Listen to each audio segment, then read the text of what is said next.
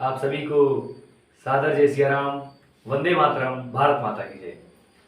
मैं अभय प्रताप सिंह आज आप सभी के समक्ष पुनः उपस्थित हूँ इस सत्र में। पिछले 2 दिनों से स्वास्थ्य ठीक ना होने के कारण मैं उपस्थित ना हो सका। आज उपस्थित हूँ कविता के इस क्रम में। मैं आज आपको प्रभु श्री रामचंद्र जी के जीवन से जुड़ी हुई कुछ पंक्तियों से जोड़ने का प्रयास करूंगा, जिन्हें मैंने लिखने का प्रयास किया है। और मुझे बहुत ही अपार हर्ष हो रहा है कि मैंने अपने आराध्य प्रभु श्री राम पर कुछ लिखने का प्रयास किया। हालांकि उनके व्यक्तित्व पर लिखना मेरे बस की बात नहीं है, लेकिन कुछ प्रयास जरूर किया है। मेरे आराध्य हैं, मेरे परमात्मा हैं प्रभु श्री राम। और ये बात मैं जिम्मेदारी के साथ कहता हूँ, ये मेरा निजी YouTube चैनल है। मैं अपने इस निजी YouTube चैनल पे अपने निजी विचार रखने का अधिकार रखता हूँ। तो मैं अपने प्रभु के बारे में कुछ भी बोलने का हकदार हूँ, मैं उसका अधिकारी हूँ। अस्तु मैंने लिखा है, मैंने किसी की बुराई नहीं की है। सभी अपने माता पिता परमात्मा की बड़ाई करते हैं। मैंने भी अपने माता पिता और परमात्मा हमारे प्रभु श्री राम, जो हमारे पिता समान हैं, जिनके हम वंशज हैं, जिनके आदर्शों पर हम चलते हैं, उन्हीं के बारे में मैंने लिखने का प्रयास किया है। मैं आपको पंक्तियों से जोड़ने का प्रयास करता हूं। आप 2 मिनट का समय दीजिए कि हे भारत के जनमानस में आपके बीच में आया हूं।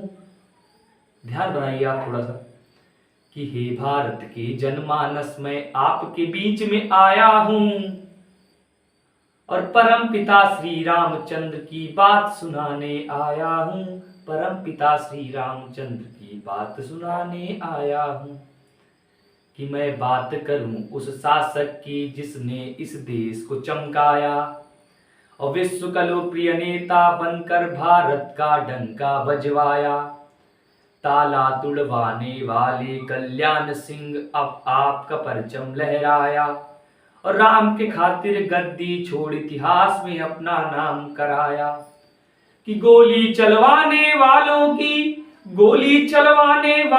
की गाथा ना गाने आया हूँ। गोली चलवाने वालों की गाथा ना गाने आया हूँ और परम पिता श्री रामचंद्र की बात सुनाने आया हूँ। परम पिता श्री रामचंद्र की बात सुनाने आया हूँ कि रावण जितना विद्वान और धनवान हुआ ना कोई यहाँ। कि रावण जितना विद्वान और धनवान हुआ ना कोई यहाँ, लेकिन वंश में कोई नहीं है या भी जाने सारा जहां। लेकिन वंश में कोई नहीं है या भी जाने सारा जहां। सोचो अब कोई भी वीर क्या रावण से बलशाली है। सोचो अब कोई भी वीर क्या रावण से बलशाली है। 20 भुजाएं 10 ललाट सोने की लंका खाली है। 20 भुजाएं 10 ललाट सोने की लंका खाली है। कि तुलसी बाबा के मानस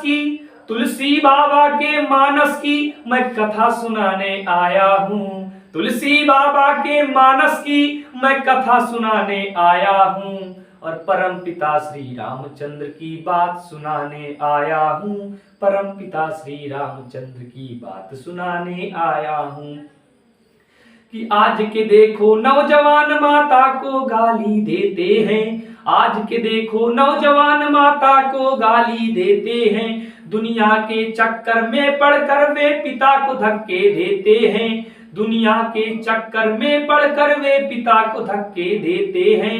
एक है प्रभु श्री रामचंद्र जो प्रातः शीश नवाते हैं। एक है प्रभु श्री रामचंद्र जो प्रातः शीश नवाते हैं और पिता के केवल वचन मात्र सर्वस्व छोड़कर जाते हैं। पिता के केवल वचन मात्र सर्वस्व छोड़कर जाते हैं।